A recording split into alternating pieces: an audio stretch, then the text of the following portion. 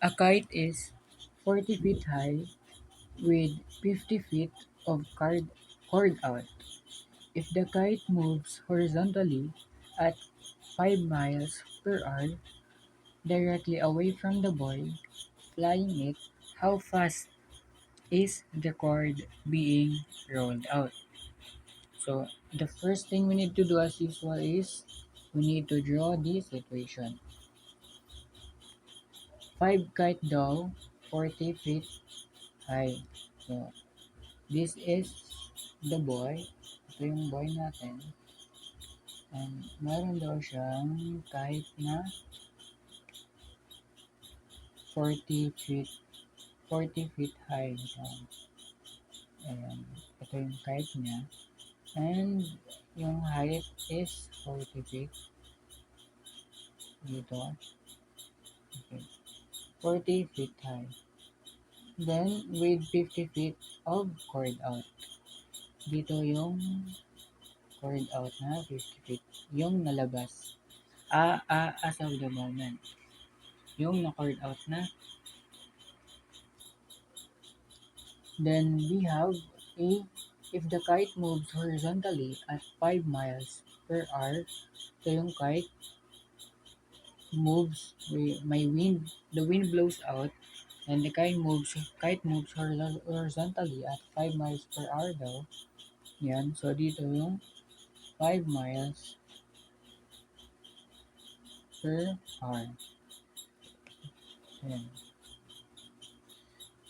So, dito gawin natin tong x, assume natin ito na x, and ito yung, since, ano na siya, with respect sa time na siya, ito na yung dy dt natin. 5 miles per hour. Yan. So, from the boy flying it, how fast is the cord being rolled out? So, ganyan, since how fast is the cord being rolled out, assuming we have wind blows, 40 feet pa rin yung height natin. Pero longer na yung rolled out sa cord. Since flying horizontally siya with 5 miles per hour. Ito. 5. So, longer na yung pag-cord out. So, ito, yung dx, ito, yung x natin, magiging with respect sa time na siya, magiging dx over dt na siya. So, let's say this is situation 1 and this is situation 2. So, ayan, ayan.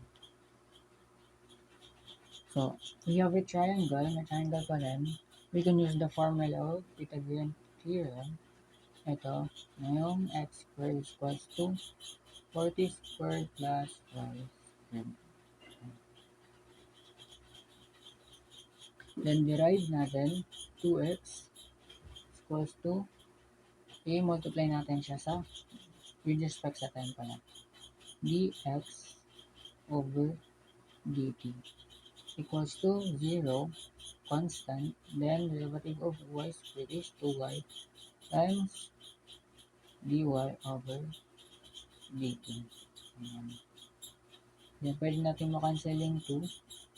Ito. dx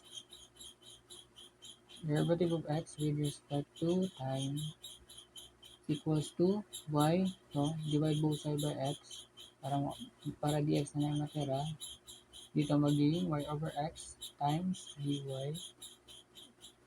derivative of y with respect to time. Ayan. So, if we go back sa first equation, dito, yung form natin na triangle, dito, yung x natin, siya yung 50. Yung x, hindi yung dy over, hindi yung dx over dt. So, yung x pa lang. Dito. 40, then ito yung y natin. Since hindi given yung y, since ito, dy over dt siya, hanapin natin with the use of Pythagorean theorem. It's maritime triangle. And you can write this as y is equals to square root of 50 squared minus 40 squared. then y is equals to 30. So, ayan yung y natin. Then, we can write this formula. We can substitute the given dx over dt equals to yung y natin 30. Then, yung x natin is 15. Times the given dy over dt 5. So, sa dx over dt natin is 3 miles per hour. So, that is how fast is the cord being rolled out natin. A ship A is 20 kilometers of another ship B. If ship A sails east at 10 km per hour and at the same time B sails north at 30 km per hour, find the rate of change of the distance between them at the end of per 1/2 hour, at the end of half an hour. So si A daw, ship A is 20 kilometers of another ship, which is si ship B. 20 kilometers daw yung distance nila dito. Si ship A, tsaka si ship B. So since if a sails east at 10 km per hour, so si A daw, itong A, sails east, papunta dito. 10 km per hour. 10 km per hour. So, si B daw, at the same time, sa parehong oras, si ship B sails north at 30 km per hour. North, pataas. So, mas mabilis siya kaysa sa A. At 30 km per hour daw siya. 30 km per hour. Km per hour. Ayan. So, ito dito,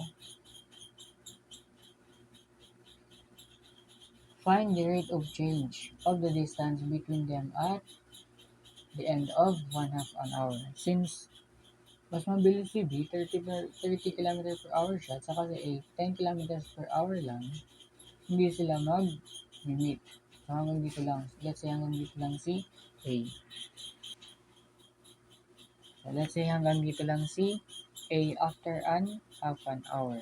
Tsaka si B hanggang dito after half an hour. Since mas mabilis si B. So, hanapin natin is yung rate of change dito. Okay. Yung rate of change of the distance. Yung distance nila between them at the end of 1/2 hour. So, yung distance ni A dito, after na ng half an hour. Tsaka dito si B. So, magiging ganito na siya.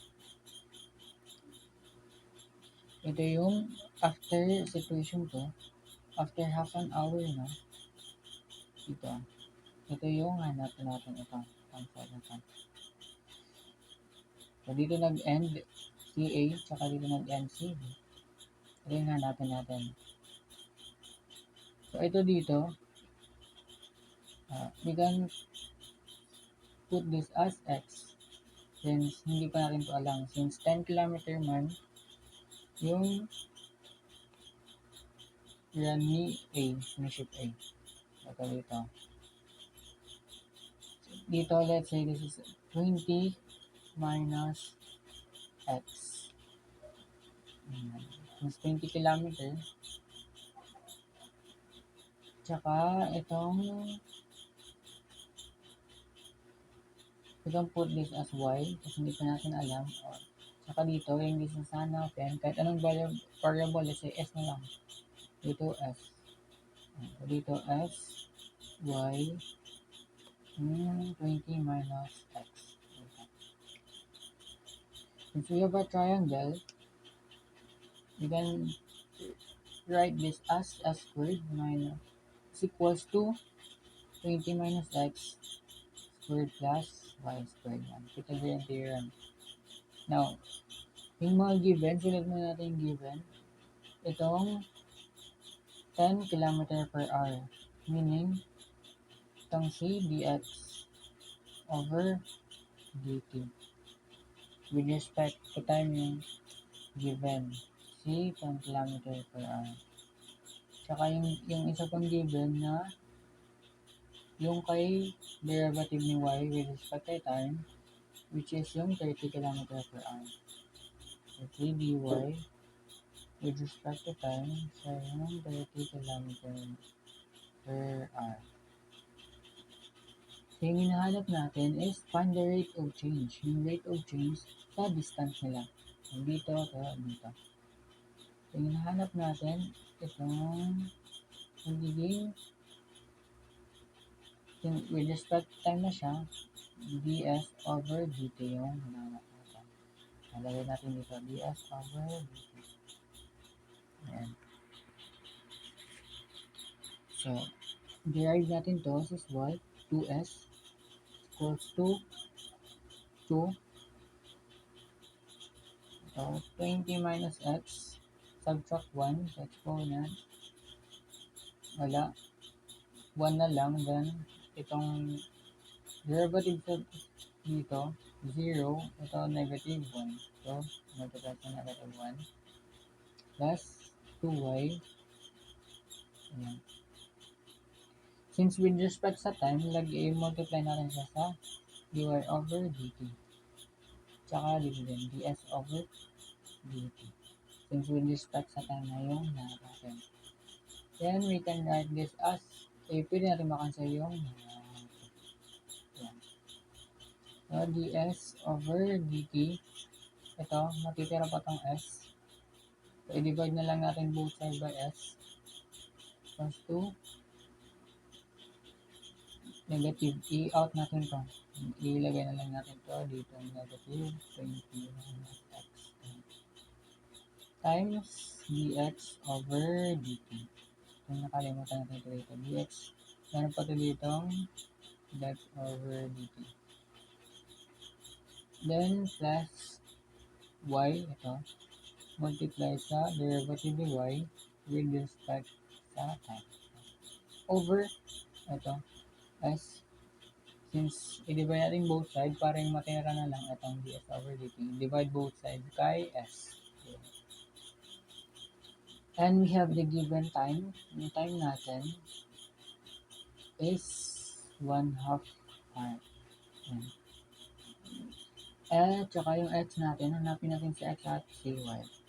Yung x natin is 10 multiplied sa 1/2 is equals to 5. Then, sa y naman, we have 30 times 1/2 y is equals to 15.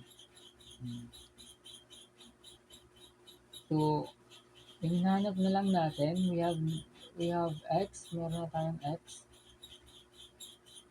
tsaka y, then, ito, y, tsaka x. Hinahanap na lang natin is yung s. Ito. So, we can use the formula of Pythagorean theorem. We can write this as s is equals to square root of 20 minus x. Ito. Squared plus y squared. So, substitute the given 20 minus 5 squared. So, x plus y ito, 15 squared. So, our s is 15. So, meron tayong s. We can now write the formula. I-substitute na natin sila. ds over dt is equals to negative 20 negative multiply sa 20 minus x, and yung dx over dt natin, ito, given 10 plus y natin, ito, given 15. Yung nahanap natin na y, ito, 15 times dy over dt, given 30. Over s natin, ito na, 15, yan, or as dito kasi, 15,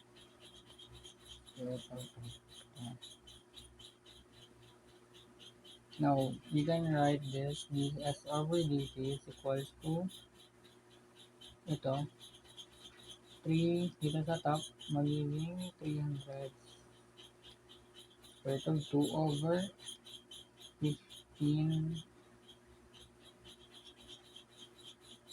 square root of 2. We can multiply this sa square root of 2 divided by square root of 2 since 1 lang siya para ito.